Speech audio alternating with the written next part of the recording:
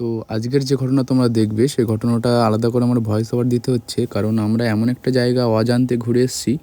ফেরার পথে কিছু ওই একটা গ্রাম পড়েছিল, সেই গ্রামে আমরা জানতে পারলাম ওই জায়গাটা এতটা খতরনাক, ওখানে ছোট ছোট বাচ্চাদেরকে অপঘাতে মৃত্যু বাচ্চাদেরকে শুধুমাত্রই পোতা হয় এবং ওই জায়গাটা রাত 9টার পরে মানুষজন যায় না। আর যদি কোনো বাচ্চা অপঘাতে মারা যায় তবেই ওই জায়গায় যায়। তো তোমরা আস্তে আস্তে দেখতে পারবে ঘটনাটা, যে জায়গায় আমরা গেছিলাম আমরা ভিডিও করে আসার পরে জানতে পেরেছি। তো তোমরা দেখো।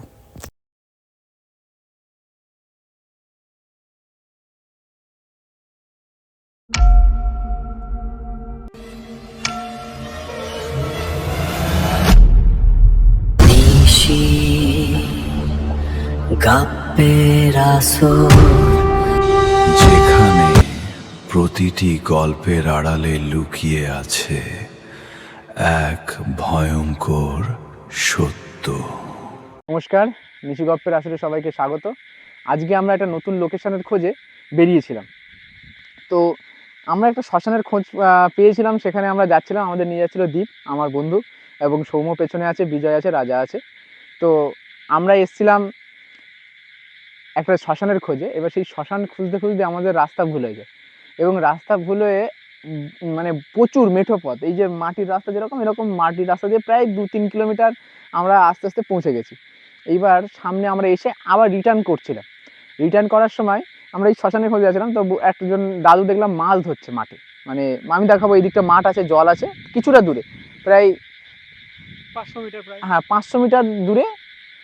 ওই দাদুটার সাথে দেখা হলো, দেখি একটা সাইকেল রাখা এবং জুতো রেখেছে সাইকেলের উপরে রেখে, দেখি মাঠে নেমেছে। তাই বললাম, দাদু আমাদের এই যে শ্মশানটার নাম বললাম, যে এরকম একটা শ্মশানের খোঁজে আসছিলাম, তো সেই শ্মশানটা কোথায়? বলছে শ্মশানটা তো অন্য রাস্তায়, তোমরা যে রাস্তায় সেখানে কী দরকার? আমি বলছি আমরা এরকম ঘটনা বলি, বিভিন্ন ভৌতিক ঘটনা বলি, আর শ্মশান যেহেতু অ্যাম্বিয়েন্সটা ভালো হয় শ্মশানের আশেপাশে, আমরা সেই জন্য একটা শ্মশানের খোঁজ করছিলাম। তো বলছে তোমরা যে সামনে গেছিলে, একটু সামনে এগিয়ে যাও, ওখানে একটা অলৌকিক ঘটনা আছে প্রচুর।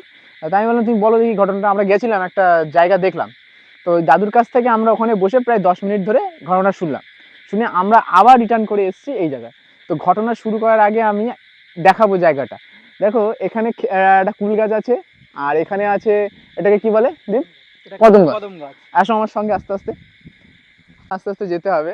এখান থেকে পরপর লাইন দিয়ে কদম গাছ, আর আশেপাশে কিন্তু কোনো বাড়ি নেই। 5-7 কিলোমিটারের মধ্যে এই মাঠের একটা জায়গায় একটা মায়ের মন্দির, মা কালীর মন্দির। এখানে নিম গাছ আছে, আর পাশেই আছে অশ্বত্থ গাছ। তো আসো দেখাই, নিম গাছটা আছে আর ওই অশ্বত্থ গাছ। রাতের অন্ধকারে যদি এই নিশিগপ্পের আসরের জন্য ভৌতিক গল্প করতে এসে এরকম একটা পরিবেশ পাওয়া যায়, তার থেকে বড় পাওনা হতে পারে না। এই সাইডে দেখো আবার বকুল গাছ আছে, এইটা হ্যাঁ গল্প বলার ওয়েদার। আর চারিদিকে শিয়াল লাগছে, আর চারিদিকে মাঠে জল, কিন্তু এই যে মেঠো রাস্তাটা সরু করে, এই যে রাস্তাটা যেরকম এসছে এরকম করে রাস্তাটা সুন্দর। আমার বাড়ির থেকে প্রায় কত কিলোমিটার, 10-15 কিলোমিটার হবে। 15 কিলোমিটার। আমি চিন্তা না, দ্বীপ আমাকে নিয়ে এসছে, বলছে একটা ভালো জায়গার ঘটনা আছে, কিন্তু সেই শ্মশানে আমরা পৌঁছতে পারিনি। মানে আমরা হয়তো সেরকম ভাবে ডেসক্রিপশন দিতে পারবো না, হ্যাঁ মানে টোটাল বর্ণনা আমরা দিতে পারবো না, আমরা চিনি না জায়গাটা। কিন্তু আমরা যেরকম শুনে রাখি সানডে সাসপেন্সে, যেরকম একদম লোমহর্ষক করা, যেরকম জায়গাটা একদম পুরো মারাত্মক। তুমি এখানে কত রকম গাছ দেখতে পাচ্ছ জানি না, মানে একটা পারফেক্ট একটা ভূতের ওয়েদার। ভূতের না, মা এখানে থাকে, যেহেতু তার চালাতে এই মাকে নিয়ে ঘটনাটা, আসো আমার সঙ্গে আসো। পুরো একদম দারুণ একটা ব্যাপার, তোমরা যদি না দেখো বিশ্বাস করতে পারবে না। আসবে। এবার এই যে মায়ের মন্দিরটা, মা এখানে বিরাজমান। আর এই দিকে আসো,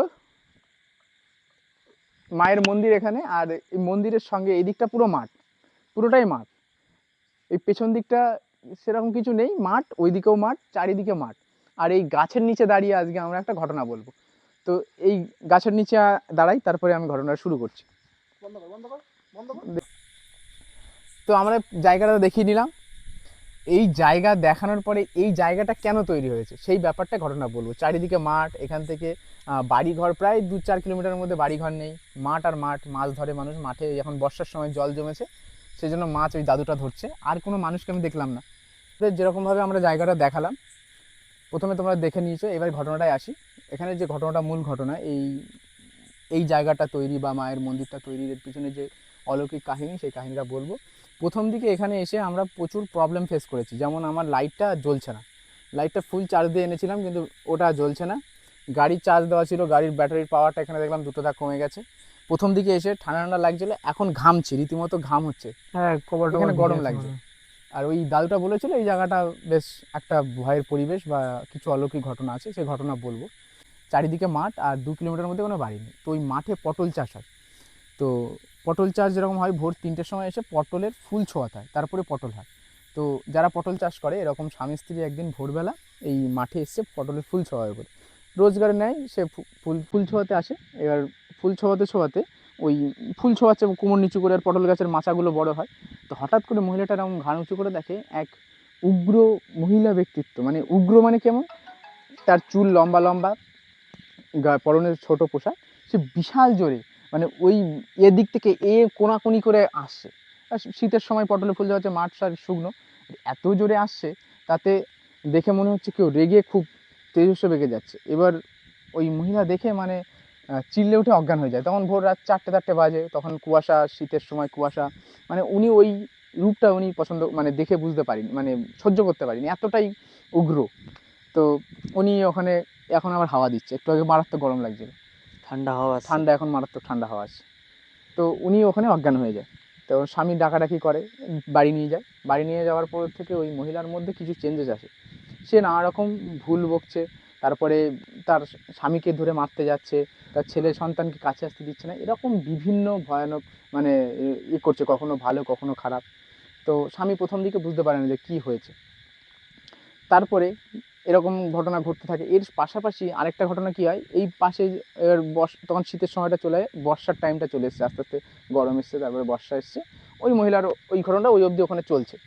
এবার এই অঞ্চলে মাছ টাছ ধরে লোকে, মাছ যখন রাত্রে লোকে ধরছে, দেখছে যে উনি নৌকা নিয়ে মাছ ধরছে, জলটা বেড়ে যায়, এই মাঠটার থেকে আস্তে আস্তে মাঠটা ডাউনের দিকে গেছে। তো নৌকা নিয়ে মাছ ধরছে, মাছ ধরার সময় দেখছে যে দূরে কেউ মানে মাঠে ঠিক এরকম জায়গা দিয়ে, এই যে জায়গাটা আমরা দূর দেখছে, ওরকম দূরে কেউ হাঁটা চলা করছে, কেউ দৌড়চ্ছে, কিন্তু ওখান থেকে দেখছে, কিন্তু কাছে আসলে কাউকে দেখতে পাচ্ছে না। আর এটা উঁচু জায়গা, মাছ ধরার কোনো ব্যাপার নেই। তো ওই একদিন ওই যারা মাছ ধরছে তারা লক্ষ্য করে যে সেমভাবে কোনো এক মূর্তি এই দিকে আসছে। তো সেটাও দেখে তাদেরও শরীর খারাপ, বাড়ি গিয়ে। তো এরকম ঘটনা 3-4 জনের সাথে হয় যে এরকম তারা দেখছে এবং অসুস্থ হয়ে যাচ্ছে, তাদের বিহেভিয়ার চেঞ্জ হয়ে যাচ্ছে, তাদের নানা রকম প্রবলেম শুরু হচ্ছে। তখন এইটা নিয়ে আলোচনা বসে যে এই অঞ্চলে যেহেতু আমরা চাষবাস করি, আর ঠিক একই জায়গায় একই রকম একটা মহিলার ঘটনা পাড়ায় জানাজানি হয়েছে, তারপরে এই মাছ ধরা লোকের জানাজানি হয়েছে। তো এই করতে করতে একটা মানুষকে ডাকা হয়, ভালো মানুষ, যে এই সব তন্ত্র সাধনা বা এইসব ব্যাপারে যে খোঁজ খবর রাখে, নলেজ আছে।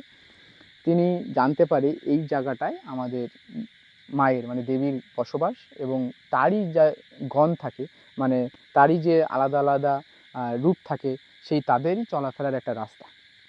তারা ঠিক তাদের ডেস্টিনেশন এই জায়গায় এসেই স্টপ হয়। আর সেই ডেস্টিনেশনে সেই যাতায়াতের মুহূর্তে যারা পড়ছে, তারা সেই ভাইব্রেশন নিতে পারছে না।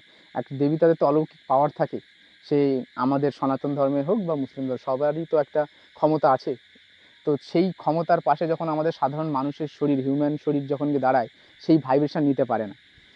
তো তার জন্য তাদের নানা রকম প্রবলেম তৈরি হচ্ছে। তখন তারা বলে যে না, এই অঞ্চলে একটা ভালো মন্দির স্থাপনা করতে হবে, যে মন্দিরে পুজো আর্চা হবে মানুষজন, তাহলে সেখানে ভালো হবে, আস্তে আস্তে এই প্রবলেমগুলো হবে না। এইগুলোই হচ্ছে সেই জন্য হচ্ছে যে তাদের জায়গায় মানে তার চলার পথে আমরা সাধারণ যারা আছি তারা করছি, খাচ্ছি, চাষবাস করছি, কিন্তু তার জন্য কোনো নির্দিষ্ট জায়গা আমরা দিচ্ছি না, সব জায়গায় আমরা ব্যবহার করি। তো সেই মতোই আজকে এই জায়গায় তখন মানুষ ঠিক করে না একটা মন্দির হওয়ার দরকার, আর মন্দির হয়েছে। এই সুন্দরভাবে তারা গুছিয়ে গোল করেছে, এবং মানুষ এই জায়গাটাকে অ্যাভয়েড করে। এই জায়গাটায় তারা পুজো আর্চা বছরে যখন হয় তখন দিতে আসে, যখন কালী পুজো হয়, যখন অনুষ্ঠান হয় তখনই আসে, তাছাড়া আর সেইভাবে কেউ আসে না। ওই জন্য উনি বলেছিল যাওয়ার দরকার নেই। এই জায়গাটা এখনও মা জাগ্রত, মায়ের যথেষ্ট এই সুনাম আছে। তো আমরা জানি না কেন আমরা শ্মশান খুঁজতেই যাচ্ছিলাম, মায়ের হয়তো ইচ্ছা আছে আজকে এখানে আমাদের আনার। তো প্রায় আমরা 15 কিলোমিটার ভেতরে চলে এসেছি, কিভাবে জানি না। আর কিভাবে 15 কিলোমিটার কখন চলে এসেছি নিজেরাও বুঝতে পারছি না। আর এবার এখানে রাস্তাটাও কোথায় তাও খুঁজে রাস্তা পাবো ভুল হয়ে গেছে, মানে কিভাবে আমরা কোন গলিতে যেরকম পেয়েছি সেরকম, প্রথমে দীপদেব বলছিল আমি চিনি, তারপরে আস্তে আস্তে রাস্তা ভুল হয়ে গেল, তারপরে এমন রাস্তা যে মাঠে কোনো কেউ নেই। আমি জানি না ওই ব্যক্তিটা কে মাছ ধরছিল, ওনাকে আমরা জিজ্ঞাসা করলাম, উনি আদৌ ব্যক্তি ছিল কিনা জানি না। ওই এই রাতে ওখানে থাকার কথা না, হয়তো থাকতে পারে, মাছ ধরার নেশা যাদের থাকে।